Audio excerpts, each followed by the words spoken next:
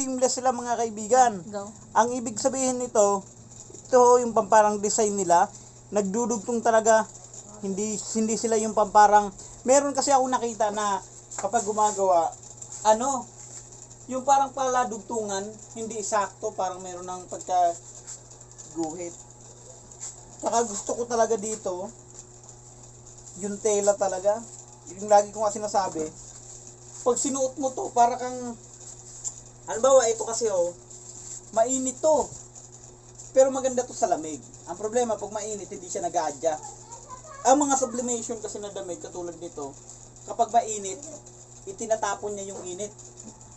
Parang nagre-reflect or nagbabounce yung init.